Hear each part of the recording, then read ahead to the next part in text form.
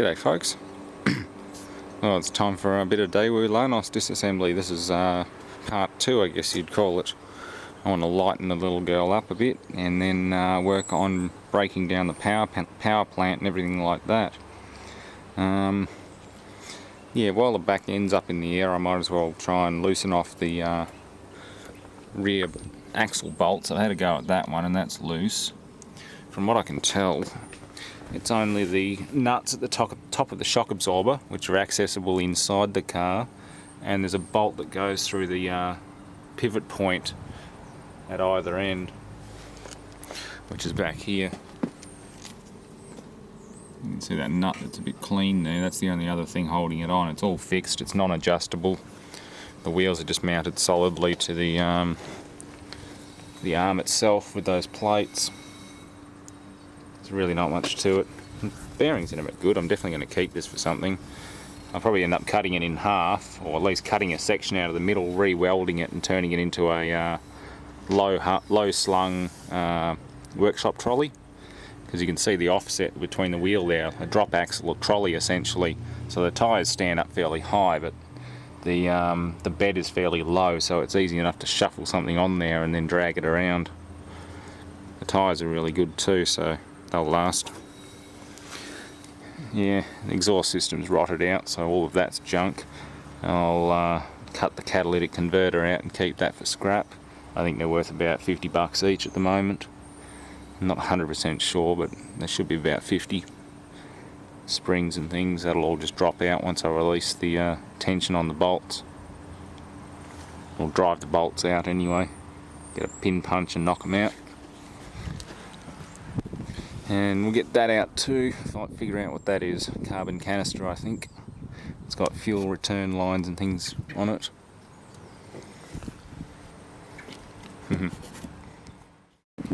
As far as door componentry goes, there's not a lot to them.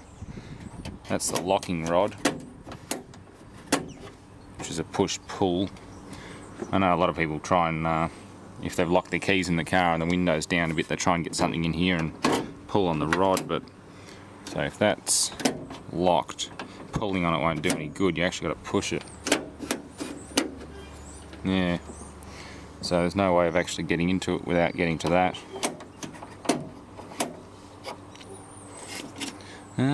Yeah. The winder mechanism is really simple. It's just a rack and pinion that drives the glass up and down on a track. I'm not going to try and pull it all out. There's really not much point. But just for those who are curious, I'll try and give you a fair look at it. Particularly a locking mechanism in there. Not a lot to see, but I'll see if I can get these screws out and at least remove the lock mechanism and show you how that works. So you've got one rod there that pulls the release and one rod that locks it. And likewise the external handle is also attached to another rod, I think. Only when the door's shut though. It doesn't seem to do anything when the door's open. Okay, well there isn't a lot to the lock assembly. As you can see, that's in door closed position. That's latched in, and that should release it. So yeah, that's door open. The cable, or sorry, rod goes in there and opens, and that should be lock.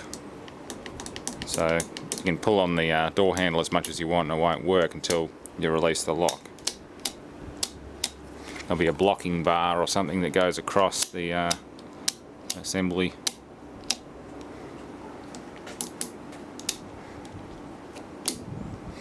Not much to it, mostly just pressed metal and other bits and pieces, but still interesting how it all works.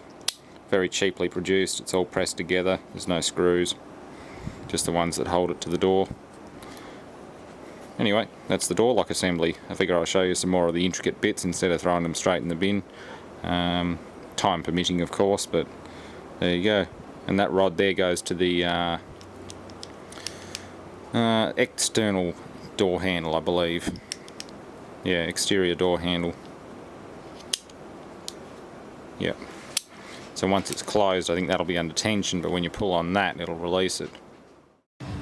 Well, the side mirrors just seem to use a series of wire ropes through sheaths, sort of like a throttle cable, to push and pull the mirror in whatever direction you want using the joystick.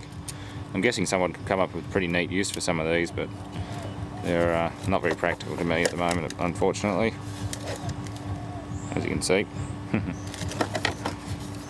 But I don't really know how to get that assembly out. I can see screws in there, but can't really get to it. Anyway, that's about as dismantled as it needs to be. This one's in really rough shape. The polyethylene or fiberglass, whatever that is, backing is not in very good shape. Yeah, it's pretty much junk. I've already got a couple of rear view mirrors for inspecting things, so they can go in the scrap. And the winder itself isn't even a normal rack and pinion style, it's just a cable type push-pull, or no, pull-pull. No, push-pull, sorry. Wind it one way, one cable feeds out, one feeds in, and it just pulls up or down. There's really nothing to it. You can see why they get them so cheap. This is same gauge steel as my computer case. That's why it's so easy to dent. Oh well. There's 2 bolts bottom, 2 bolts top, and the stop there that has to be unbolted, and the door will come straight off. I'll get the jack and a block of wood out and just support it as I undo it. Same with the other side. I'm not going to strip that one down, I'm just going to take it off clean, and the hatch is about the same, it just has a wiper motor built into it. Okay, well this is the mystery box from under the car. It was mounted upright like that. That hose went to the a frame rail going across the body. I'm guessing it's just air, considering how dirty it is. A bit of air pressure forced into it. And those two there are what I assume to be fuel vapour. It's got warnings on them. Let's try and split this thing apart. Looks like that box is just wedged in here now. Oh, that is indeed the carbon canister. You can see the used stuff, which smells very strongly of fuel, and some of the fresh stuff from the other side. It's divided into 2 chambers. Well, actually no, that's air inlet, so that's probably just moisture damage. It smells very strongly of fuel, but that's graphite or something like that. Probably quite useful in the presence of an oxidizer and initiator like sulfur, but I'm not really, can't really be bothered trying it. Don't really know what this could be used for practically, but it's nice. Carbon, graphite, probably some other crap in there as well as the fuel residue, but yeah, it's just unleaded fuel vapour filtration or vapour absorption. Stinks. Definitely smells like fuel, but it's carbon. Okay, well the back side's down on the ground and the front side's up in the air. That's what I wanted. I'm pretty much done with the back for now. Apart from taking the hatch off, I might leave it on there now because I've still got that power supply in here. But I've got to take the shock absorber top nuts off and drift the bolts out when it's time to remove the whole rear twist beam or whatever it is. It's a hollow semi-torsion beam or something like that. It's designed to twist under impact. So it is a suspension member. It's not a solid round tubular beam axle or anything. It is designed to give a little bit. The shock absorber top bushes aren't too bad in this, but you can see where they wear. They wear out against the seats, and if you get a lot of clunking and stuff, a lot of the time these are broken out and failed. These shock absorbers are had it anyway.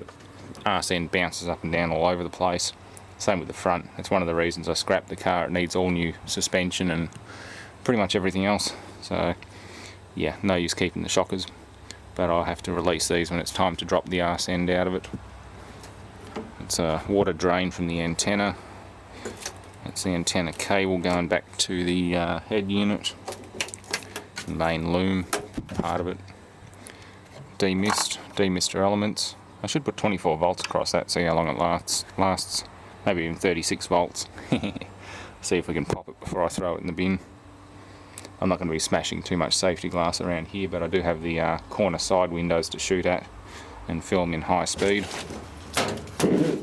But the rest of this, well, unscrew bumper, take bumper cover off, take that off, and when the weather's right and it's not a fire danger, cut roof and everything off at the bottom of the pillars, cut the floor pan into 3 pieces, and away it goes. Very easy. Well, not very easy, but easy enough when you've got the equipment. That's only sheet metal. I'm just going to cut it through there, cut it through there, put this half on the trailer, probably cut that off across there once all this is stripped out. That'll be cut through there. Maybe even cut it down the firewall in the middle and split it in 2. But most of this is going to be torn out. There's a blower motor in there for the HVAC system. It's pretty good. A lot of good bits in it. And underneath, well, you can see all the oil leaks and other things that have to be fixed for roadworthy. The drive shafts are shot, the wheel bearings are shot. I'm not 100% sure what the brakes are like, but I bet they'd fail. Yeah, this car's had a bit of a neglected life. It's a bit of a shame too. It was in pretty reasonable nick, it's just neglected. Cast alloy sump. And we will be taking the engine and transmission to bits, which will be a lot of fun. AC compressor's got a lot of corrosion from the glycol oil attracting moisture. The bushing down there to split. Yeah, that one there. It's got a nice gaping split in it. Same with the top ones, they're all stuffed. Yeah, you can see why I canned this. It's just, there's too much to be done to it, it's not worth it. Oh well, it'll be fun to pull it to bits anyway. It's better than just taking it to the scrapyard and crushing it as it is. Yeah, one thing you can see with these cars is that the steering rods are at the top, on the top of the struts instead of underneath like a lot of other cars. And of course, once I get into dismantling it, we'll go into how a differential works and why I can rotate this tyre anti-clockwise and the other one goes clockwise.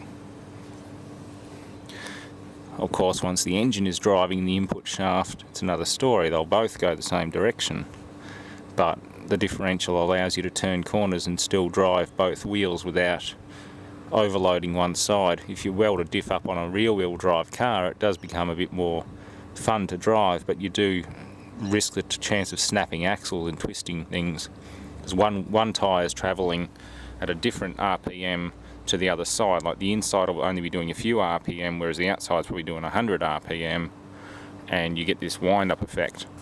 So we'll go into differentials once I get into there, get it all out and start breaking it down. Same with constant velocity shafts, which is what that is. That's a drive shaft, CV shaft. We'll go into how they work. I mean, the principle is pretty simple. It's designed to deliver constant drive at any angle and constant speed. So they're kind of an interesting little creation. They telescope in and out as well as have a swiveling ball race and I suppose a cage assembly. Break one apart and have a look at it. These ones are pretty much trashed, even though the boots look alright. I know there's a lot of excess play in them and noises, clunky noises, grindy noises. So we break that open and have a look. And same with the gearbox there. Manual transmission, 5-speed. Pretty easy.